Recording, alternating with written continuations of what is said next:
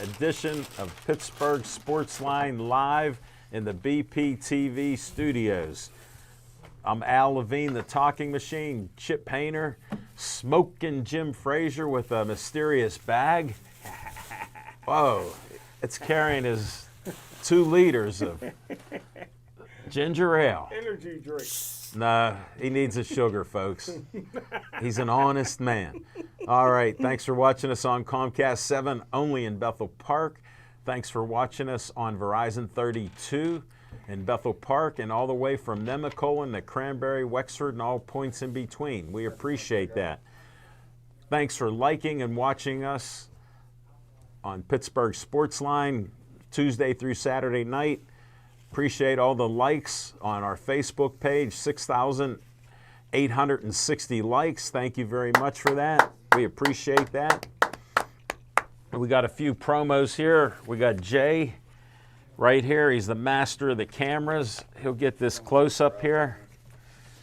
I trust him. We got me in the picture. There we are. Olive Oil's Pizzeria, Hillcrest Shopping Center sponsors our show with an XL pizza that Smokin' Jim just started to inhale and a steak hoagie. So enjoy, Smokin'. 412-831-1900. Tell them Al Levine, the talking machine, told you to call up and order some great Italian food. You name it, they got it, and it's just a great place. Next up, Bethel Park Historical Society, Schoolhouse Arts. Thanks. Nice shot. Look at that shot by Jay. Look at how bright this light is on me. I can barely see. I need your sunglasses, Smokin'. Schoolhouse Arts and History Center, 2600 South Park Road. They do a lot of great things there. They put a brand new roof, 140,000, all new windows in the building. Schoolhouse from 1905. They have different businesses there, a dance studio. An artist has his paintings up there. They also have a history center with clothing and yearbooks. They have my special place for my loose leaf green tea, Reginald's Coffee, right in the corner there. Matt and Julie own it, great owners. Cole and Clay are great assistants, and plus Becky. She takes some of my pictures there, and I got to stop by maybe tomorrow to get a shot at drinking my green tea at Reginald's Coffee. Check them out. Next up, we end each show with Stay Joey Strong. Poor Joey died 6 years ago, complications of DIPG, brain cancer. He was 9 years old. The family, instead of being depressed about it, which affects them to this day, they've raised over $100,000 with different events like a 5K 1-mile run at the Bethel Park High School in September. They do different fundraisers throughout the year, flea markets, you name it.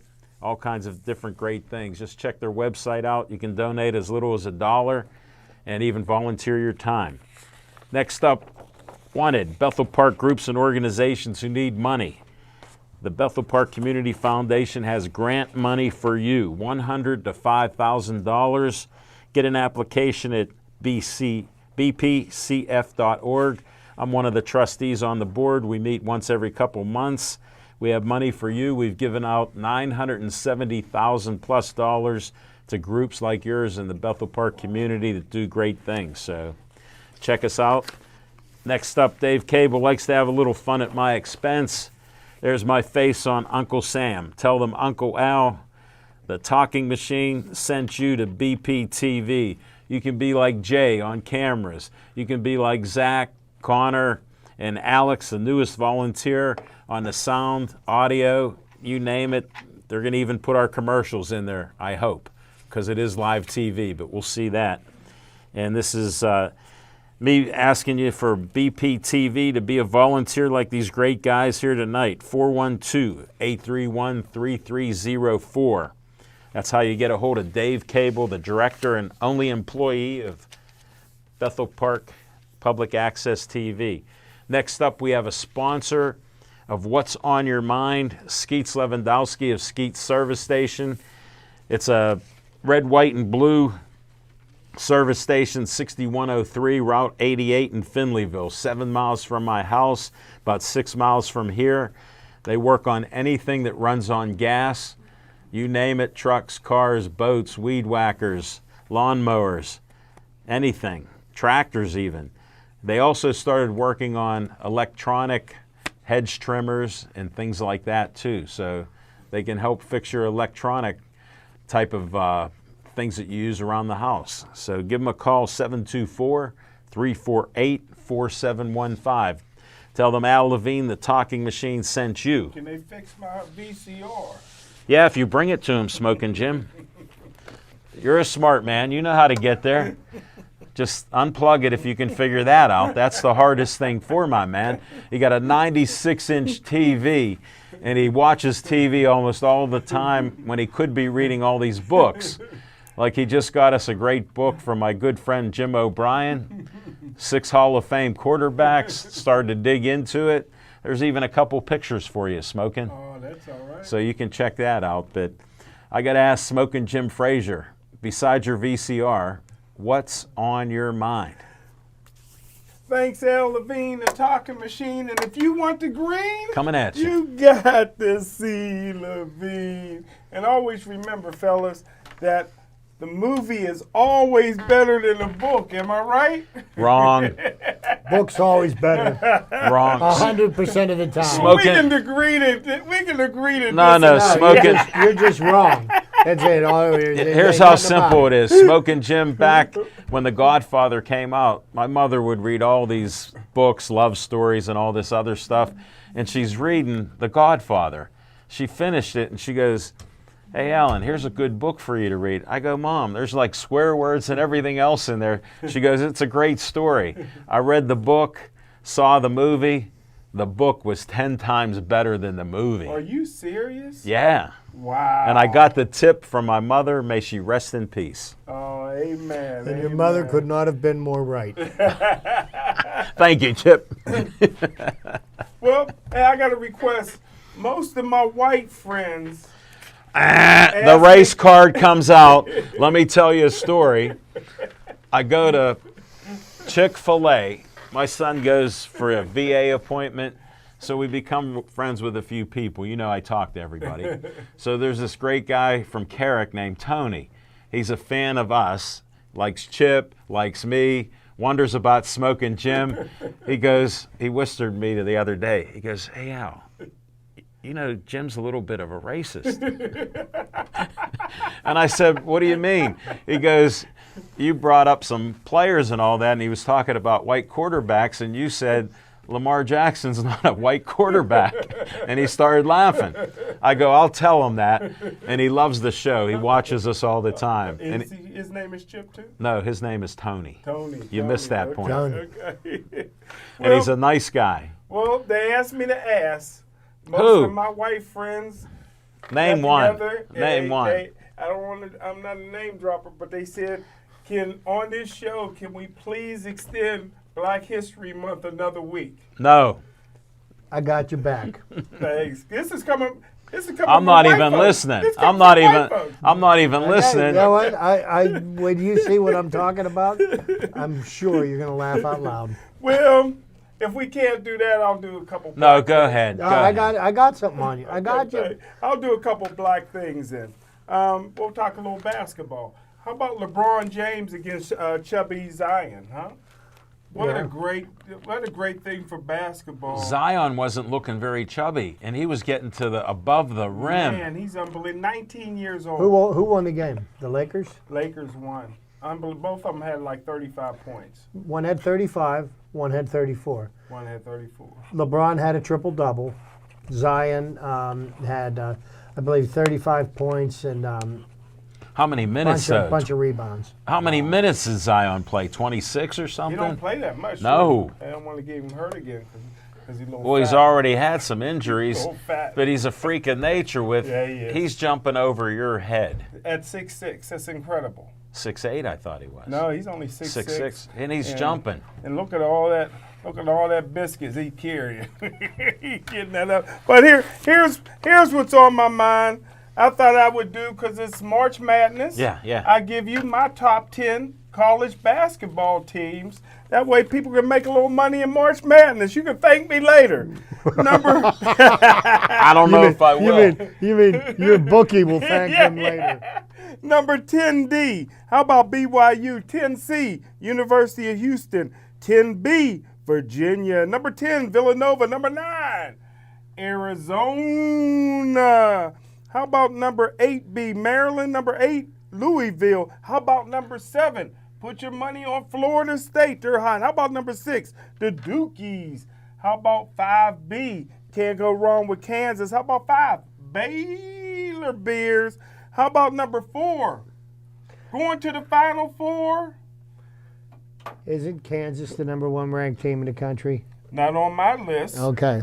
How about Everybody else thinks they're number 1. How about number 4 and going to the Final Four over Kansas is Dayton University, the Flyers. How about number 3, San Diego State? Put your money on that, Chip. How about number 2, Gonzaga? Could be the year for the Gonzagas. But my number 1 rated team, if they stay healthy, they got the greatest coach of all time, University of Kentucky. One and done Kentucky. Name his name. What is the coach's Calipari. name? Okay. Yeah. Just checking. Yeah, Italian. You talking about the Godfather? Yeah. You probably Movie. picked up my list. You see? Folks, we don't script it, no matter what Smoking Jim says or alludes to. Taking a peek. Put it like this, he made it in the studio 2 minutes before we started. Every one of the volunteers. And that was a solid 2 minutes of prep. Yeah. So I didn't get a chance to peek at it. Chip Painter, what's on your mind? What's on my mind? Everybody in the world, I think, that watches our program knows how I feel about the game of baseball. Yes. Okay? And I've been a lifelong supporter of the Pittsburgh Pirates through thick and thin, through good times and through bad, regardless of who the owner is and how much he pays his players. You're not like Smoking Jim. Not a bad. So what's got me riled up this evening, and I'm good and lathered on this one, is the absolute incompetence of the commissioner of baseball, Rob Manfred, involving the cheating scandal involving the Houston Astros. It just amazes me to no end that this debacle continues to get worse and worse. And the more information that comes out, why is it that none of the people involved in the cheating scheme, who were involved in it on a daily basis, are being punished or being sanctioned? I think it's totally wrong. I think the commissioner should have shown a little spine, a little backbone. What about taking that trophy? I would. I'm getting there. Okay, sorry. Okay, I think he should have. Sure. He should have said, "Players' union, be damned. I am going to punish these players because what they did was they cheated.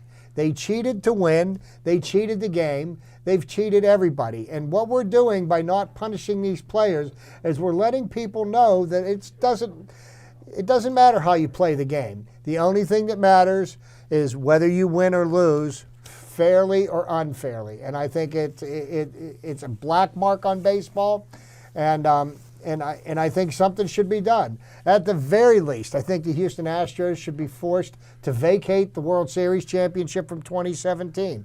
I think players should be suspended at the very least. I think players should be banned for life at the very least. And there's precedent in baseball that people that have been caught cheating, this goes all the way back 100 years, and there's precedent. And the commissioner is too much of a coward to stand up to the players' union and do what's best for the game of baseball, because this whole cheating scandal. Now, I understand that there's 5 or 6 other teams that are under investigation for various forms of cheating.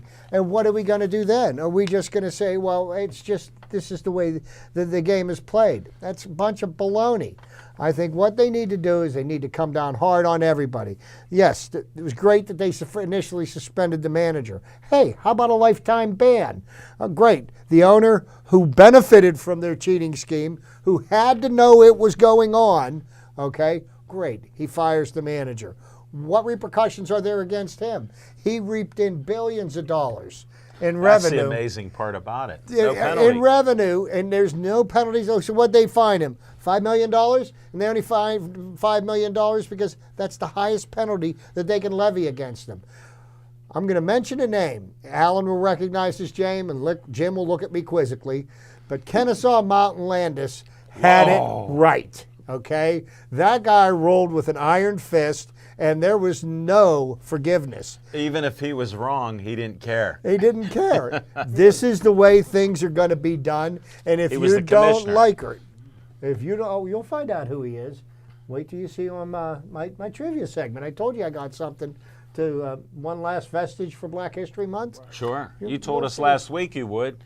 Smoking Jim tried to steal your thunder and blame it on a white guy. Yeah, well, so anyhow. There is the white guy right here. If you want to know what's on my mind, Major League Baseball needs to fix what they just broke. Bring some integrity back to the game and get the people that were responsible for this cheating out of the game. That's how I feel. That's what's on my mind. I agree with you wholeheartedly. I followed baseball a little bit sooner than you because I'm a little bit older than Just you. a couple of days. Because, you know, we know how old each other are. It's not a state secret.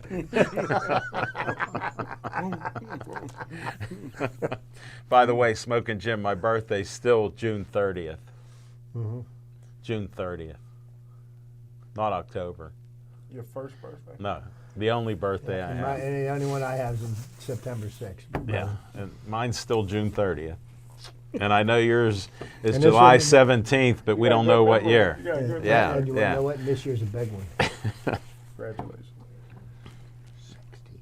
Going away? No. Folks, we just had a little sidebar there. We just had a little bro fun, you know. What's on my mind is we're going to do a little Penguin talk at the end of the show. Yes, we But will. 6 losses in a row. I've been a huge fan of the grittiness of this team all year. They're one of the most gritty teams I've ever seen in hockey, not just here in Pittsburgh, to compete like they have every game. And now we make some good trades that should fit in and should help make us speedy, but we seem to have lost some edge. They're still trying. They're not giving up, but they're missing something. They're just off a little bit. Because as Smoking Jim knows and Chip watching sports, sometimes you don't gel right away with certain players that you get. It does take some time to get the little nuances that each player has, adjust to their speed, their shots, etc. But they're not giving up, and I can't wait till they start getting back on the winning streak tonight against the Senators. Can't wait to see that happen when I get home after 8 o'clock. So go Pens, and we're going to come back with some. If I may Go interrupt ahead. for Yeah, 1 you got second. one chance. If either of the other 2 professional sports teams in Pittsburgh had a 6-game losing streak, would we not be screaming for the coach to be fired? Yes, and here, let me put a correlation with this. Smoking Jim, to explain hockey and football, a 6-game losing streak is like losing 1 game in football. Is it? That's the correlation. You understand that. 6 losses, 1 loss. 16 games, 82 games. I thought it was like the equivalent of a curse that's been on since. Well, you discovered the Art Rooney curse that I had to explain. He used to drink a lot and gamble because he had a problem with gambling. He was a bookmaker and all these other things, collected little bets all throughout the north side.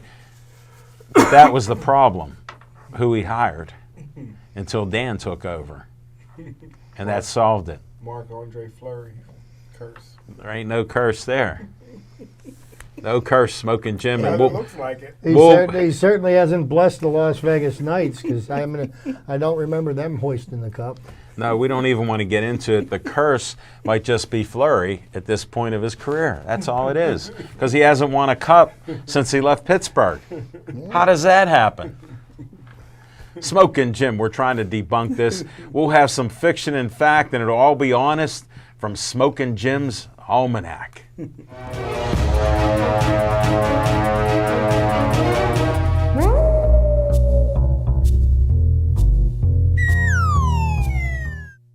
Back. Get My smoking man Chip. on here. Got Dr. J in the house, Alex in the house. We got my main man, Little Z, the Gateway Gator, and we got the swag. Connor is here, but I just got a few little tips from Lil Z about March Madness, so I gotta take a strong look at that. Well, just anybody don't that's bet. homeschooled, Just don't bet. Z's not homeschooled. He's not homeschooled. He goes to Bethel Park. He's in high school. He's a Blackhawk. he got a lot of time on his hands. I know Black History Month is over, but he's a Blackhawk. But here we go, fiction and facts from Smoking Jim's Almanac. I actually found some notes from interview that I did with Iron Mike Tyson years ago. No way. Yeah. And that picture of you that you post every so often is one of the worst of you ever, but it's a nice pic of Mike Tyson because you aren't smiling. It looks like you were scared he was biting your ear. I couldn't figure out where the camera was. I know. I saw that look. It was dazed and confused. Then Mike Tyson tried to set me up a few times when I had him at the Doubletree in Monroeville when he first came. When I did the interview, he kept leaving me in the room by myself with his wife. So I felt a setup was on, bro. No. Let me explain. I had to hold my Bible the whole time. Let me just tell you, Smoking Jim is one of the most trustworthy and honest guys I've ever seen around women. She was beautiful. Because he has 1,000 of them that are friends he posts every day on Facebook. Thanks, Al Levine. And he's not dating any of them. None of them. He's just grinning and bearing it. But the one thing I asked Iron Mike, I said, what would be the best way for somebody to beat Deontay Wilder? A 6'7" guy with long arms that got a one-hit Gained 40 pounds. in the right hand. Gained 40 pounds and knock him out. And guess what Mike Tyson said?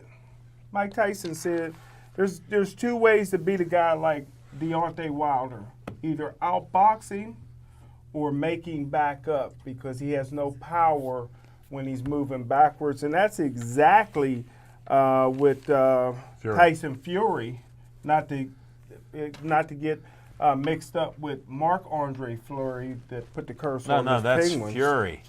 Yeah. Fury. Fury and Fury. F-U-R-Y. We gotta get And that the other's together. Flurry. But I'm the only one on the planet, as you know, that predicted that Tyson Fury would knock out Deontay Wilder, who's never been down before. Tyson Fury ain't knocked out nobody in 5 years. I guaranteed the fight wouldn't see round 8. Now I'm going the other way. I'm going to say they already signed for a rematch July 18th, 2020.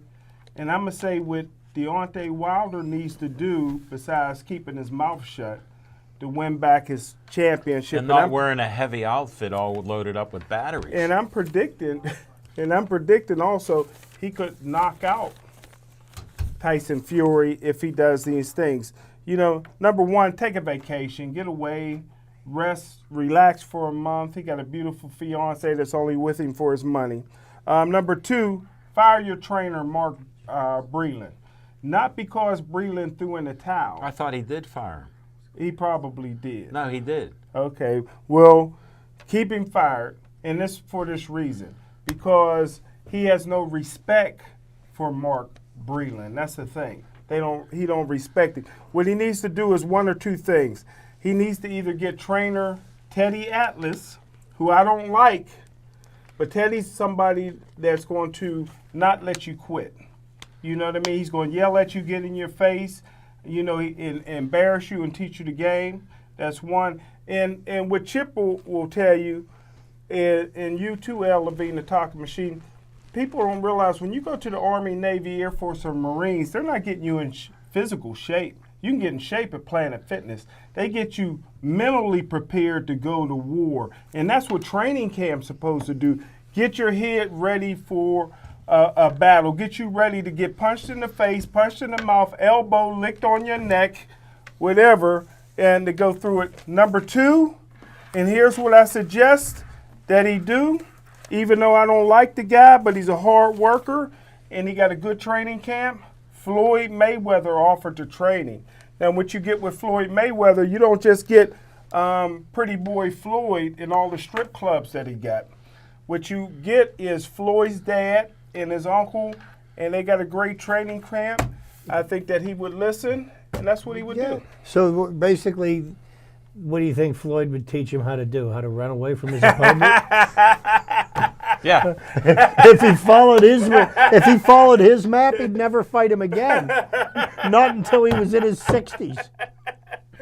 Possibly. But that's my When he has a suggestion. chance to beat him. But That's my suggestion. Thank you, Smoking Jim Frazier with an assist. Let's say hi to Zach. And he's not going to Gateway. All right, thank you, Smoking Jim Frazier.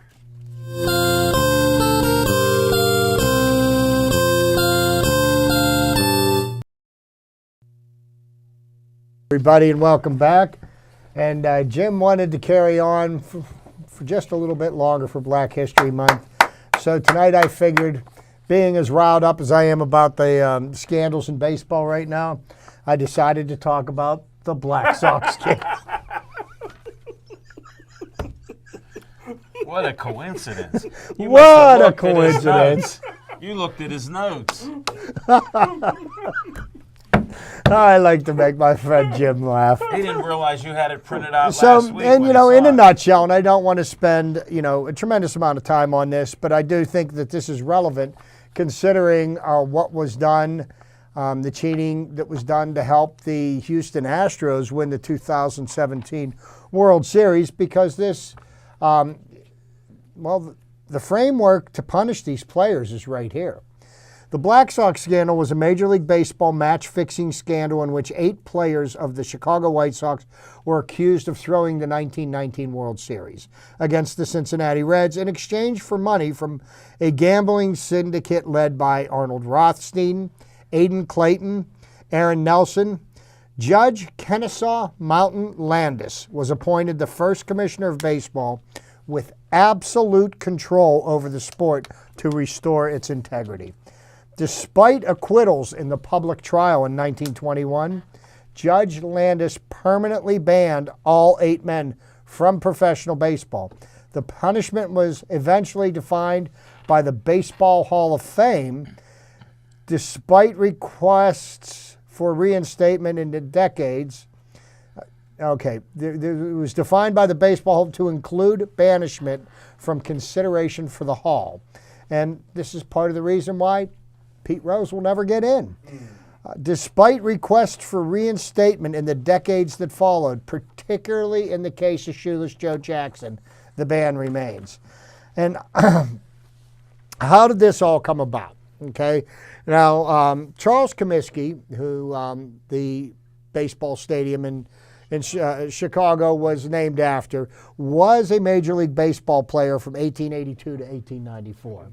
And he owned the Chicago White Sox. And back then, there was something that was called the reserve clause in baseball, which basically meant that if you didn't sign a contract with the team that had your rights, that you couldn't play for any other professional baseball team. You couldn't sign a contract with somebody else. And thankful to Curt Flood, who challenged the reserve clause and defeated it in court. That started the age of free agency in baseball, which started in the early 70s, okay? But be that aside, Comiskey's players didn't like the owner. The owner was notorious for underpaying his players. Oh, yeah. And so they were a disgruntled bunch of guys, but they loved to play baseball. And the Chicago White Sox were a very good baseball team. As a matter of fact, they won the 1917 World Series. So the conspiracy started with a meeting of White Sox players, including those committed to going ahead and those just ready to listen. Took place on September 21st in 1919 in Chick Gandel's room in New York City. Buck Weaver was the only player to attend these meetings who did not receive money. Nevertheless, he was later banned with the others for knowing about the fix and for not reporting it. Okay, so do you see what we're doing here? The players that knew about it and didn't do anything were just as guilty as the players that were involved in the Landis. Well, and I kind of have a tendency to agree with this. Although he hardly played in the series, utility info Fred McMullen got word of the fix and threatened to report the others unless he was in on the payoff. As a small coincidence, McMullen was a former teammate of Sleepy Bill Burns, who had a minor role in the fix. Both had played for the Los Angeles Angels of the Pacific Coast League. Burns had previously pitched for the White Sox in 1909, 1910. So the fix was in the World Series, and Faber. Okay, so what the scheme got an unexpected boost when the straight line. There was players on the team that wanted nothing to do, that knew nothing about the fix, and were totally against anything to do with it. And then there was a group of players that were all in. Okay. So some of the more straight-laced players, one of them, his last name was Faber, could not pitch due to a bout with the flu. So that left two of the conspirators, Eddie Chicote and Lefty Williams, to pitch in the World Series. Now, because this was a 9-game series, okay, Lefty Williams pitched 3 games in the World Series and lost all 3 of them through the games so that he could get paid. So, as it turns out, Lefty Williams lost 3 games, and there was threats between the bookmakers because they weren't paying the players, and the players to, so forth and so on.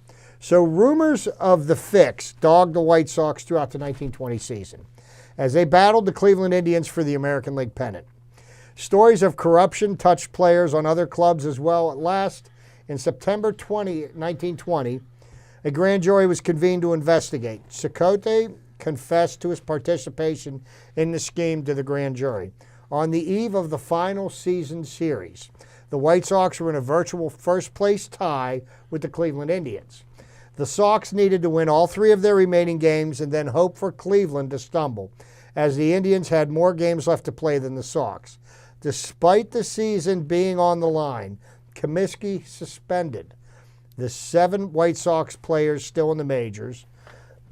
He said that he had no choice but to suspend them, even though this action likely cost the Sox any chance of winning that year's American League pennant. The Sox lost 2 of their last 3 games in a final series against the St. Louis Browns and finished in second place, 2 games behind Cleveland. The grand jury handed down its decision on October 22nd, 1920, and 8 players and 5 gamblers were implicated. So then we get into 1921, where there's the actual trial. And the trial went on, and make a long story short, because I don't want to sit here and read this whole thing. They outlined the evidence, and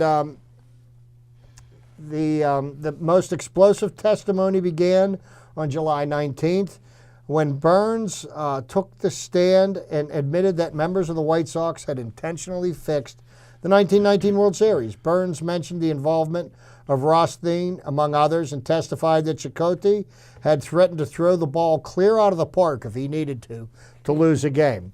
After additional testimony and evidence, on July 28th, the defense rested. The jury deliberated for less than 3 hours, returning verdicts of not guilty.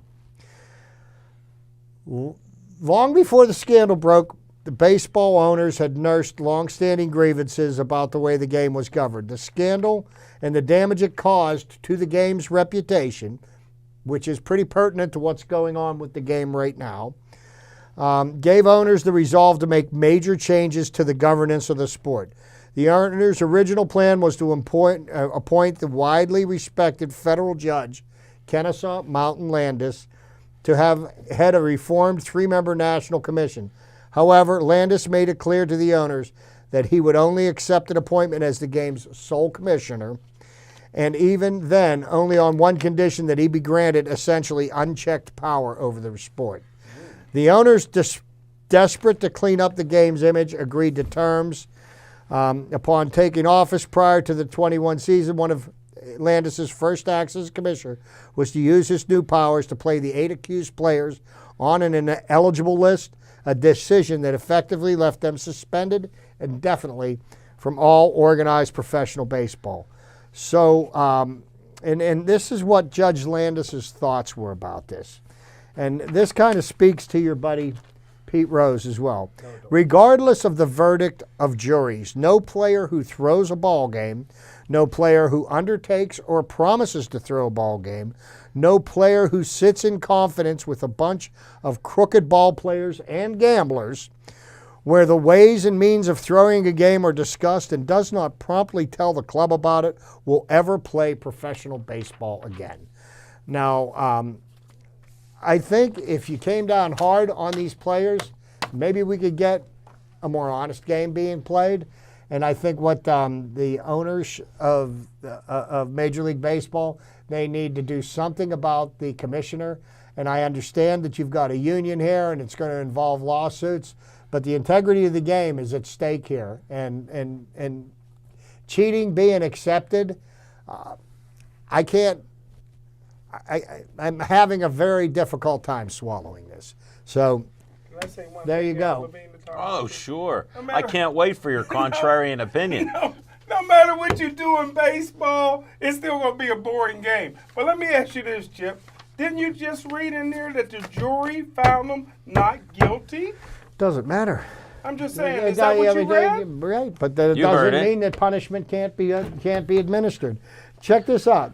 One of the greatest baseball players in the history of the game, Shoeless Joe Jackson. Shoeless Joe Couldn't Jackson, to this day, is not in the Hall of Fame. And just to give you And an he was idea, innocent. You know it. Joe Jackson's part in the conspiracy remains controversial. He had a series-leading .375 batting average, including the only home run hit in the series, threw out 5 base runners, handled 30 chances in the outfield with no errors. Put him in. In general, players perform worse in games their teams loses. Jackson batted worse in the 5 games that the White Sox lost, with a batting average of .286 in those games, which was still above average. The National League and American Leagues hit a combined .263 in 1919 season. Jackson hit .351 for the season, 4th best in the majors. His .356 career batting average is the 3rd best in the history of the game, surpassed only by his contemporaries Ty Cobb and Rogers Hornsby. Wow. 3 of his 6 RBIs came in losses. Shoeless Joe. So they got it wrong. Baseball got it wrong with Shoeless Joe. Well, you know Well, what? you though? can't- He didn't know about But it. here's the thing. He was like you, smoking You Jim. lay down with dogs, you get fleas. But he didn't know nothing about it. You know that. Jim, you're guilty by association. Oh, you you know, know I that mean, ain't you right. know, hey. That ain't right, Chip. No, you gotta you know. give him what they call that when they give him something a reprieve. What the president do? Pardon. Pardon. You gotta pardon him. Well, Chip. and to you gotta speak- pardon him. And to speak to one last thing is that, Joe Jackson now has been banned from the baseball and has been kept out of the Hall of Fame for 100 years. And so what I think would only be a just punishment for Pete Rose is that 100 years after he was found guilty of betting on baseball on the team that he managed and that he played on, maybe consideration should be given then. Maybe his descendants, If they're around. a couple 100 years from now. Is he going in the Hall of Fame as a manager or a player? As a player, Neither. He didn't do any of that. He'll Yes, be he the did. greatest Yes, he did. singles hitter He, to never get in the Hall of Fame. read about it, Jim. Please. He bet as a player? Yes, he did. Nah, I don't As a believe that. player and a player manager, he bet on games that he played in. I gotta read that. You won't.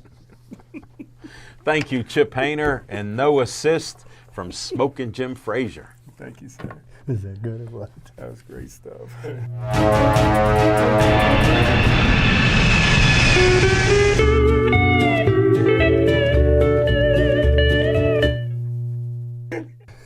It's so funny. Hey, take a little close up of this picture right here. You're Look at up, this you're painting. Can you pull up on You're that, up. Zach? John O. Little Z Praskak. can do No, it we all. can't get it. There it Little is. Z can do it Three all. Rivers Stadium, and John O. paints with Monongahela sand from our river. Really? It's in every painting of his, and he's just a fantastic artist. Just check out John O.'s paintings, and we're honored to have it on our show. Thanks for pulling it up, Zach, and the rest of our crew. On location next Monday, March 9th, if Smokin' Jim can make it, we'll have a show at Olive Oil's Pizzeria, 9:30 Brookline Boulevard, 7:30 to 8:30. We'll see if he can make it. I was talking about Howard Smith, who's an NHL scout and coach. Wow. And you'll like that because we keep mentioning Black early in the show, so you'll enjoy that. Then we got Jose Carabello. Ray Schaefer Boxing Association is going to have us announce Golden Gloves fights at the Millvale Community Center on the 14th, which will be Saturday. So we'll do a little preview of that. He's going to have somebody from the Stowe Rocks community where they put out they needed paper, and Smokin' Jim, they got great replies and got paper and school supplies that they needed. Because I don't know if you know, but certain communities are cutting back on the money that they can give schools, so they're always short with their supplies. Not my community. Well, you don't even go there. You just go on your seat at the Gateway football games and basketball games. They got a seat with an X on it. Smokin' Jim Frazier's seat. And he don't even pay. They let him in for free because he's legendary. If you don't teach him to read, you don't need to buy any books. And he doesn't know history. Don't know any history, so he's good like that. But we'll carry on from that. But that's our guest then, Smokin' Jim. I was getting a tux for this leadership group that I'm on with the Kidney Foundation on awesome. Saturday. So I got to get a Roaring 20s type of suit. So you'll see pictures of it. I may have my daughter take a couple pictures of me for my fans and friends like Smokin' Jim and Chip. You're not going to the Syria Mall Saturday? Smokin' Jim, I have this special event. We're trying to raise $280,000. Wow. So that sort of takes priority. And I'm blessed that my kidney function is over 60%. My son gave me the greatest gift, and he's doing well, his own kidney. So we're both doing great. So Smokin' Jim, I have to ignore boxing on the 7th, and I'll miss that. And we'll check out the boxing with Mike McSorley at the Sokol Club on the 20th. So we'll check that out. But we have another event coming up. We got my Kidney Foundation fundraiser at Al's Cafe, March 16th. That's 2 Mondays from now. That'll be March 16th, and we'll be at Al's Cafe. Judge Arnone is our guest special host. Smokin' Jim will be there. It's $10 to come there. Donate to the Kidney Foundation in honor of my kidney and helping them in the community. We got guests lined up there, so it'll be an interesting show. I have it open from 7 o'clock till 10. We may even have a 50-50 for gamblers like Smokin' Jim and others, so they can give $1 and maybe get $1 back. But there's great food there. The reputation at Al's Cafe, Smokin' Jim hasn't ever been there, but they have great food, and we'll be there having some fun. So check that out. Then I got another show that just came up. We're going to be at Peppers and That. Rob Portigello, he owns it. It's right in Braddock. You go off the Rankin Bridge, pull down on the 1st Street, Peppers and That on the 22nd. Yeah.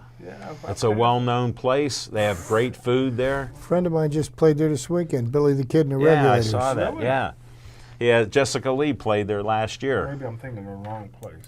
Well, it's off the Rankin Bridge. You don't get to that neighborhood very often. So, but we'll be there on the 22nd because my man John Saraperi asked us. He has this We 21 nonprofit group that he honors Roberto Clemente, and he helps promote other teams across the country and throughout the world. Bill Franciscus is now with the organization coaching teams for him. So they're trying to raise money at this event. It's going to be a fundraiser for this We number 21. It'll be a fundraiser March 22nd, and I think that's a Sunday. Sunday, Yeah. I'm not sure of the time. We'll have to check that out. But we're going to be there, and he's willing to have Pittsburgh Sportsline there, do some interviews, and maybe go out in the crowd and interview people and talk to them about their teams and stuff. So it might be more than an hour show is what I'm figuring. We'll have to discuss that. But mark your calendars for the 16th, $10 donation, Al's Cafe. Everybody's invited. Children under 18, no charge. Wow. That's what I'm doing. Bring your kids because I'm family friendly in spite of what Smoking about Jim half says. price? How about half I'm price gonna get for my kids? fake ID.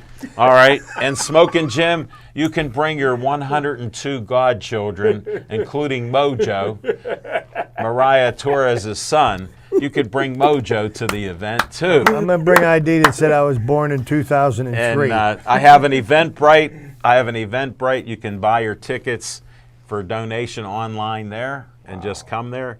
My daughter and her boyfriend did it. A couple other friends. Coach Pat Carmack and his lady friend Jane are going to come. Wow. A lot of people are, we got about 30 people or 40 people coming. I'm hoping to get about 50. So it'd be a nice night and expect to have some fun and we'll have a good show. Got some guests lined up and I'll announce them later on. I even have one announcement I will make is Rosemary Skaggs, you're friends with her, Smoking Jim. She messaged me that, hey Al, maybe you could help this guy, needs a kidney and a pancreas. So I ended up calling him on the phone, talked to him for an hour. One of the saddest stories I ever heard. He has diabetes. He's in his early 40s. He's on the transplant list, and his name is Patrick Shank. He agreed to come, and his brother will bring him, and he has a son named G. He calls him G. He goes, could he talk? I go, put it like this, I'll bring him on. How old is he? He goes, 10 years old. He goes, he's a great kid.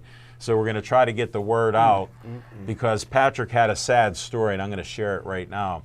January 1st, they told him that they had a kidney and a pancreas because he's on the transplant list. They called him in. He was there 5 hours. Here, the kidney wasn't acceptable. The pancreas was good, so they couldn't operate on him because he has to get both. So he got sent home. 2 weeks later, another kidney, another pancreas. Here, the pancreas wasn't good, so they couldn't do it. Then he gets a call because he has this Patrick Shanks needs a kidney, and he gets people from all over the country, and he has them filling out applications to see if they're a match. Like my son was a perfect match. That's what they're looking for Patrick, but he needs 2 organs. So the people are calling him up, hey, they told us that they got enough applications. So he called the nurse up at Montefiore and said, hey, why are you not taking any more, applications? She goes, well, I heard you got your transplant. He goes, no, I had 2 calls and it didn't work out. So they got to reopen the list. Wow. So I'm bringing him on my show to get the word out. And he was a coach. He has a couple older kids, a couple younger kids. He was a baseball coach, softball coach, so he has some stories to tell, and he'll tell you how tough it is being on dialysis, and he needs help. So anybody out there that can donate a kidney, it would be great. Sorry to be long-winded, but I wanted to get that out. We'll be back with some Pittsburgh Penguin talk.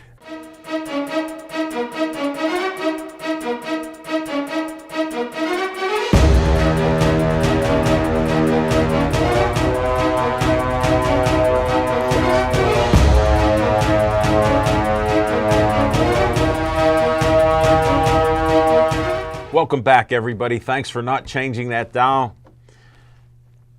Penguins. 3-1. End of the first period. Connor Sherry has scored a goal. Who told you they're starting their streak now? You heard it here first. Bet the house. Marino scored a goal. Marino's back. Connor Sherry. Now, here's something that's interesting about this Penguin team. Their top 6 defensemen are playing together in the same game for the first time since November. Wow. That is great. And I'll tell you, the Penguins, they made some moves and losing 6 games in a row, it's not going to knock them out of contention. But the point I was making last week, where the Penguins are capable of beating any of the top teams in the East. Sure. Are they capable of going and winning a 7-game series? That's the question. And that's the big question I have right now. And they've got about 5.5 weeks for us to find out the answers to this. Sure. The playoffs start. I heard the only second about week of, 16 games to go. Something yeah, like well, that. the playoffs usually start in the second week of April. Right. So we're getting down to it. yeah, and just to give you an idea, the playoffs start in the second week of April. And when they play the final series in the Stanley Cup Finals, it's in the second week of June. Wow. Okay? That's a long That is second why season. I say, and they basically play they could potentially play games every other night Yeah. for 2 months to lead up there if every series were to go 7 games. A lot of them do. It's the greatest championship series. 16 games you got to win. You got to win 16. You could lose 15, but Right. you have to win the 16.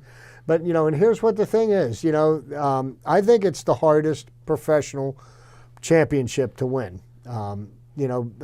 Just bar none. Hockey, the speed of it, the violence. Oh, yeah. Injuries, all the other just stuff. Just in the attrition. Because, you get banged up, you get banged into the boards, you get crunched into the ice. What if you get a concussion during one of those series? Yeah, you might miss a series. You might miss a series. You might, Another one. Two series. But hockey players are a rare breed. They play with broken bones. They play when Cuts, they're concussed. stitch me up. They play with teeth laying on the ice. I mean, they Numerous times. Look they at Sid. stitch them up and they send them back out onto the ice. Hockey players are a rare breed. Look at Marino, what he's coming back. Fractures of the face. Fractures of the face. When He I had to have saw that surgery. game when he got hit in the face, Oh, just below his visor, hit him in the face. He went down like he got shot. It almost reminded me of the time when Crosby got hit in the mouth with the puck. I saw that too. So Teeth the were Penguins, everywhere. the Penguins have plenty of time to get the chemistry back. So these guys are going to have to get used to playing with one another because the lineup has been in flux all year. Yeah. Most of the year, you didn't know who your line mates were going to be. Now they've got some stability. That's And- why these games, they've been so gritty because they've pulled together as a team. Like Tomlin talks about the next man up. Sullivan talks about the next man up. Guess what? The Penguins practice that. Okay, so let's talk about the next man up. And the Penguins actually do have 4 lines now Yeah, that are legit. That are legit.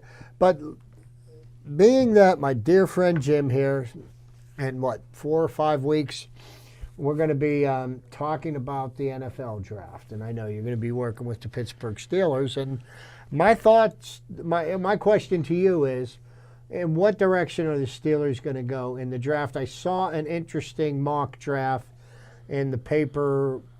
Was it yesterday or was it Sunday? And what it's got the Steelers taking is a wide receiver at their first pick in the second round. That's surprising. They're taking a couple of offensive linemen. Why not a defensive and player? they're taking a defensive They lineman. always do. But Well, if you take the best player available, this is one of the deeper drafts for wide receivers. I also heard it's a deep draft for running backs as well. Very deep draft for running backs, and I would suggest the Pittsburgh Steelers grab one in the second round.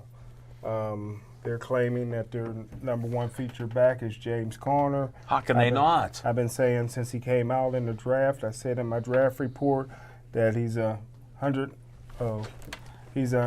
190-pound bone structure with 240 pounds of muscle, which equals a lot of injuries, and you can see he gets injured a lot. Well, Hard-working guy, all muscled up, but he got a small frame.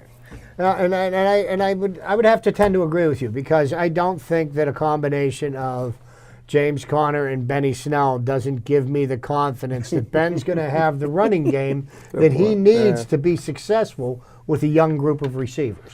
Oh, I don't have the confidence with the quarterback trio. Well, If Ben doesn't come back stellar, so far everything seems to be trending in the right direction there, and only time will tell. I know, but it's I a hard. love Duck. I've seen Put it enough like of this: Duck. Duck is out. Duck is out. I've seen enough to make me think he could be a superstar. That's why they're going to go against you 180 degrees. They're going, Duck is gone. So- Nobody else wanted him. We only wanted to. Yeah, We got less than a minute, so get your points actually, in. the second pick that the Steelers had, I do believe it might have been an outside linebacker or an edge rusher, and I can't. Jeez. Well, with Dupree and T.J. Watt, you really don't need it. I think they're going to franchise Dupree. But here's the question that begs to be answered is, okay, Bud Dupree's going to get $17 or $18 million on a franchise tag. Okay, where's that going to fit in the salary cap? Because the Steelers do not have a lot of Cut Ben Roethlisberger. unless they redo everybody's contract because you've got to pay T.J. Watt, okay, That's on the horizon. That's going to be foremost in your mind. And you can't tell me that they're not going to pay T.J. Watt. Good point. No, they have to. You know, He's the greatest linebacker we Linebackers ever still in had. history. We ever had. Maybe in NFL history. so You'd send me Ray Lewis. I was. think over the next 5 or 6 weeks, it's going to be interesting to see what the Steelers do to put them in a position where they can, keep the players because Hey, they're we're going to have to cut you short with this because we're out of time. Stay tuned for next week. More Steeler talk as that draft approaches. Thanks for watching our show. Please stay Joey strong.